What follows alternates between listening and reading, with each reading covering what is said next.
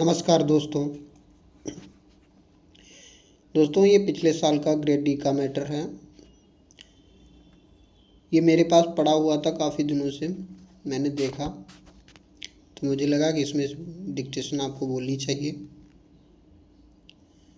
तो आप लोग लिखने के लिए तैयार हो जाइए। स्पीड 80 के आसपास रहेगी। लेकिन इससे पहले आप लोगों से रिक्वेस्ट है कि प्लीज़ चैनल को सब्सक्राइब कर लीजिए।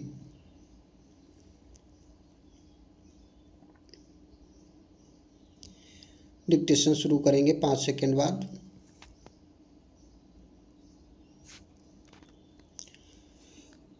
उपाध्यक्ष महोदय, यह मेरा सौभाग्य है कि 21वीं सदी के इस 18वें बजट की चर्चा में मुझे भाग लेने का अवसर मिला है।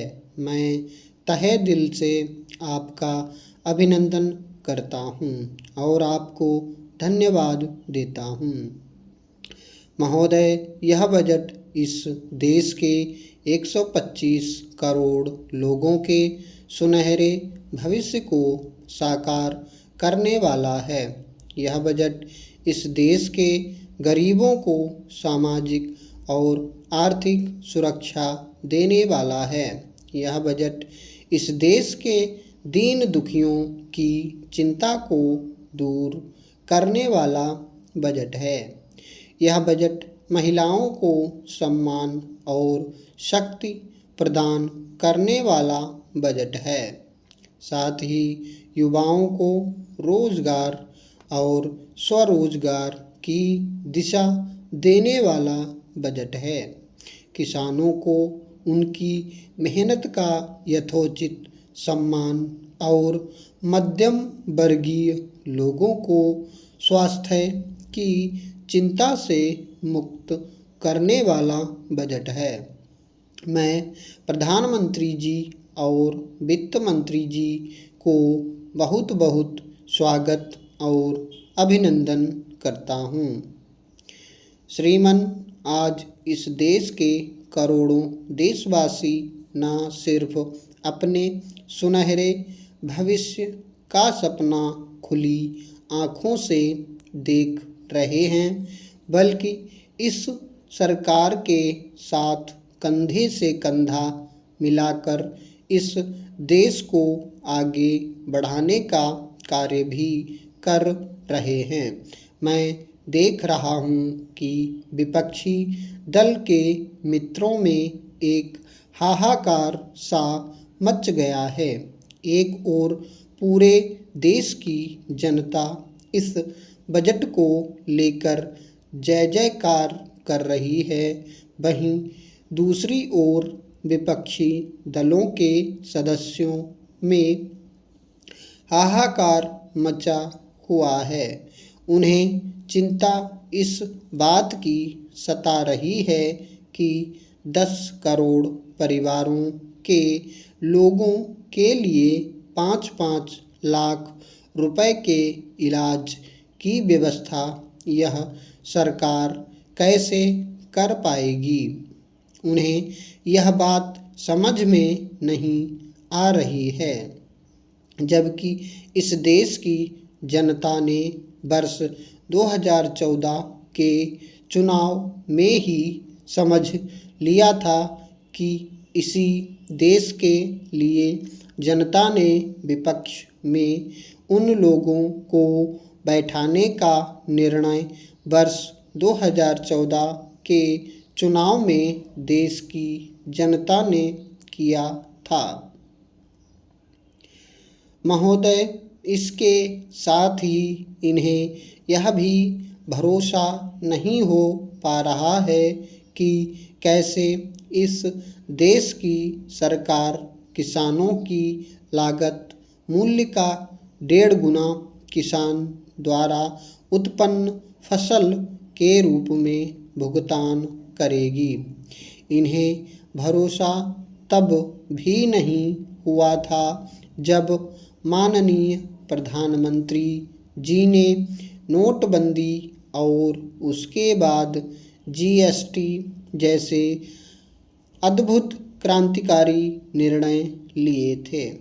वास्तव में देखा जाए तो इस देश की जनता का भरोसा इस सरकार के साथ रहा है और लगातार राज्यों में हमारी पार्टी द्वारा चुनाव जीतने के परिणाम हों और अर्थव्यवस्था को तेजी से आगे बढ़ाने के परिणाम हो, उसका एक बहुत बड़ा प्रमाण है।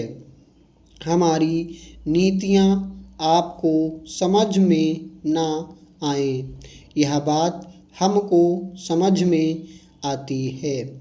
हमारी नीतियों को आप ना समझें और भरोसा ना करें, यह बात भी हमको समझ में आती है। आप हमारी नीतियों की आलोचना करें। लोकतंत्र ने आपको यह अधिकार दिया है और उसी लोकतंत्र में हमारी सरकार को यह अधिकार दिया है कि हम आपके सुझावों का सम्मान करें।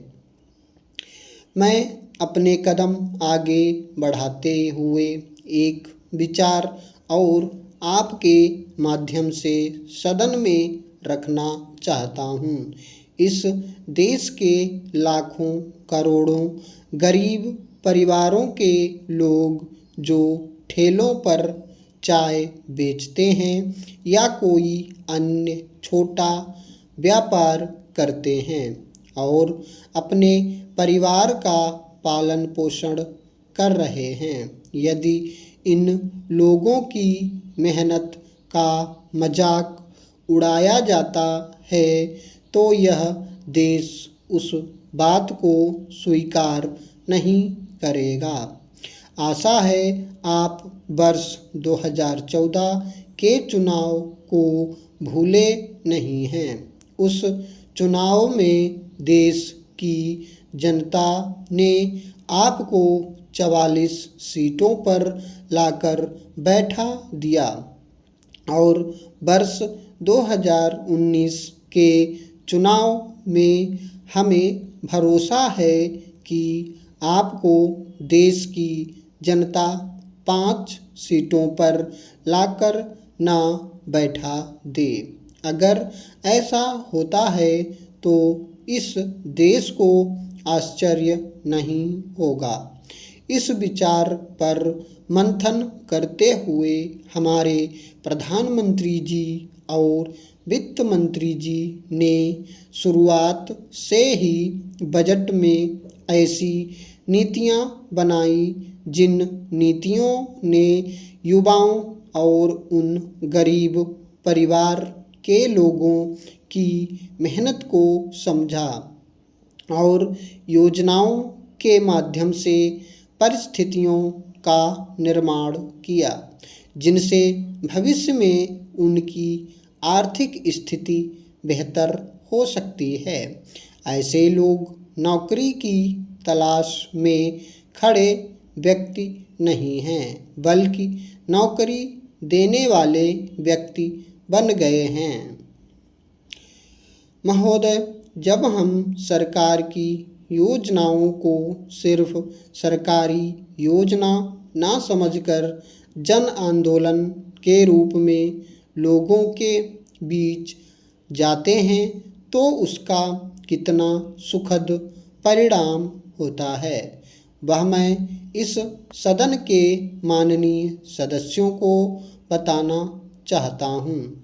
स्वच्छ भारत मिशन, जिसकी शुरुआत माननीय प्रधानमंत्री जी ने नारी सम्मान के महत्वपूर्ण विषय को लेकर की। उज्ज्वला योजना, जिसमें ग्रामीण क्षेत्रों में रहने वाली महिलाओं को लाभ दिया गया। जिन महिलाओं को दिन भर कम से कम 6 घंटे जंगल से लकड़ी बीनने में लगते थे, आज उन महिलाओं की मेहनत में कमी आई है। आज कम समय में गैस सिलेंडर के माध्यम से परिवार का खाना बना लेती हैं। महोदय, मैं आपको धन्यवाद देता हूँ। स्टॉप। दोस्तों, डिक्टेशन अगर पसंद आया है तो प्लीज़ लाइक, सब्सक्राइब और शेयर करिए।